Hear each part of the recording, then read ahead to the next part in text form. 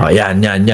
Ano sabi dito? Escudero contractor trend issue as show cause of Manila, Philippines. The Commission on Election, COMELEC, on Thursday issued a show cause order against Lawrence Lubiano, President of Centerway Construction and Development Incorporation, no?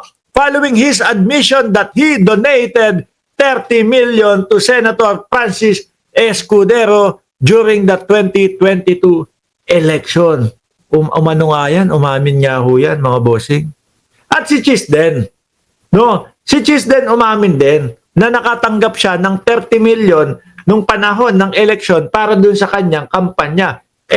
Sabi po, bawal ang tumanggap ng donasyon sa kahit sino mang contractor o government contractor. Bakit ho, mga kababayan?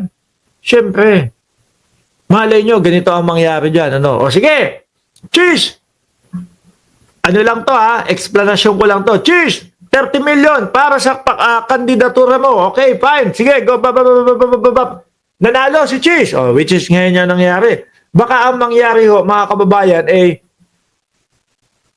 tulungan at paboran ni Chis Escudero at ilakad ni Chis Escudero yung mga proyekto ng gobyerno dito lang po. May mga bidding ho yan. May mga, kumbaga, pumipili po kung sinong construction company yung sa tingin nila nakarapat-dapat na makatanggap ng mga proyekto na yun.